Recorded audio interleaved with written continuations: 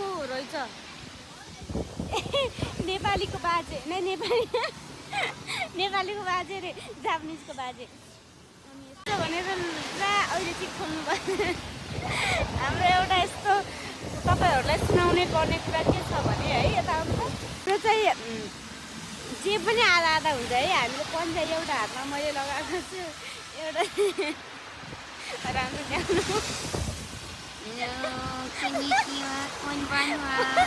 पन्जा कत्रो चाहिँ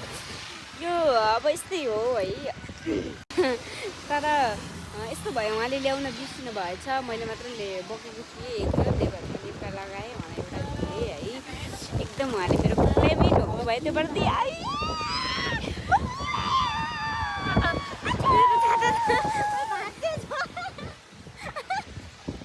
छाता भाँच्छु गाई है यो काठमाडौँबाट मैले दिन्छु तर महँगो चाहिँ महँगोमा किनेको छाता हो त्यति याद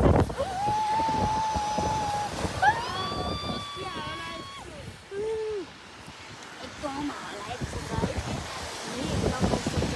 एकदम पानी परेको छ है यो मेरो छाता हो छाता चाहिँ भाँचिसकेको छ है मेरो हावाले गर्दा रेनकोट बोकेन आज मैले छाता चाहिँ जहिले ब्यागमा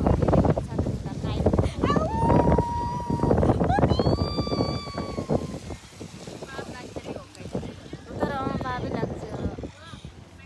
यस्तो अवस्थामा पनि तपाईँहरूको लागि मैले भिडियो बनाउँदैछु गाइज है ध्यानले हेर्नुहोस् मेरो फ्यामिलीहरूको लागि होइन युट्युब फ्यामिलीहरूलाई खुसी पार्नको लागि चाहिँ हामी जुन हालतमा भए पनि भिडियोहरू चाहिँ क्रिएट गरिरहेको चाहे पानी परिराखेको होस् चाहे त्यो भूकम्प आओस् सुनामी आओस् हामीलाई फरक पर्दैन जस्तो देखाउँछ कुन मोमेन्टमा हामी के गरिरहेको छौँ भनेर त्यही भएर स्टे ट्युन हामीले जस्तो अवस्थामा पनि हामी भिडियो गराउँछौँ किनभने तपाईँहरूको लागि हामी कति दुःख गर्छौँ है हामी हावाहुरीसँगै लका लका लका लका गर्छन् हामी है जस्तो हामी आधीहुरी आए पनि हावासँगै हामी बरु हावासँगै उठ्छौँ तर पनि हामी भिडियो बनाउन वा अहिले कस्तो राम्रो छोड्दैनौँ है हामी त्यस्तो मान्छे एकदम हामी मिहिनेती सङ्घर्ष गर्ने मान्छे है पछाडिको रहेछ नेपालीको बाजे नै नेपालीको बाजे रे जापानिजको बाजे अनि यस्तै छ अब छाता चाहिँ भाँचिसक्यो यही भए पनि ओढ्नु पऱ्यो भनेर मैले यस्तै ओढिरहेको छु है यो चाहिँ भाँचेको छाता हो अब के गर्ने अब किन्न सकिँदैन ओइ मेरो आँखा ओम नमः शिवाय यस्तो नहोस् अब चाहिँ हिउँ पर्दैछ अब हिउँ पऱ्यो भने झन् लास्ट गाह्रो हुन्छ यहाँ है यदि कोही आउँदै हुनुहुन्छ भने छिटो आउनुहोस् मेरो लागि तातो तातो कपडा ल्याइदिनुहोस् र म नआउनुहोस् भन्दिनँ किनकि हाम्रो जस्तो दुःख तपाईँ भोग्नु पर्छ त्यही भएर आउनै पर्छ होकाइदोमा तपाईँहरू पनि है एकचोटि आउनुहोस् राम्रो ठाउँ होइन एकदम घुम्नको लागि एकदम राम्रो राम्रो ठाउँहरू छ हरियाली हावाहुरी चल्ने एकदम हिउँहरू परिराख्ने है एकदम शान्त वातावरण है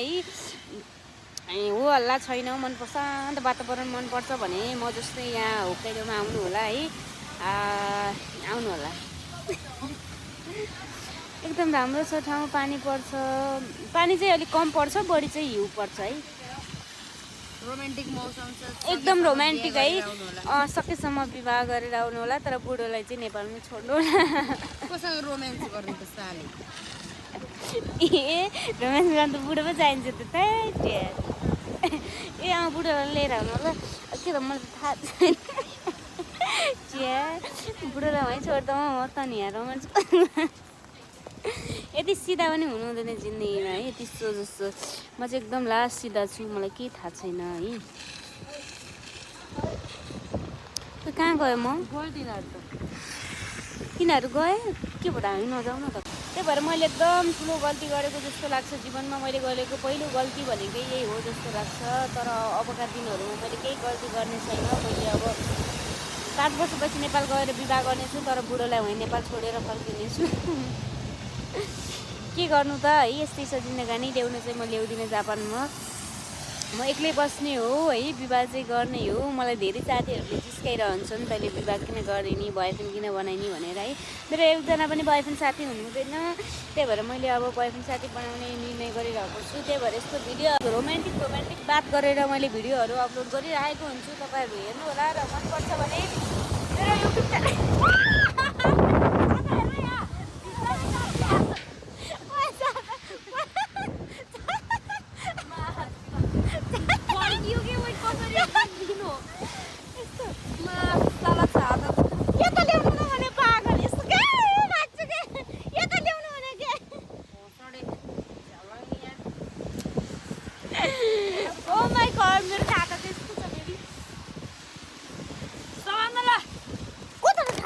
राख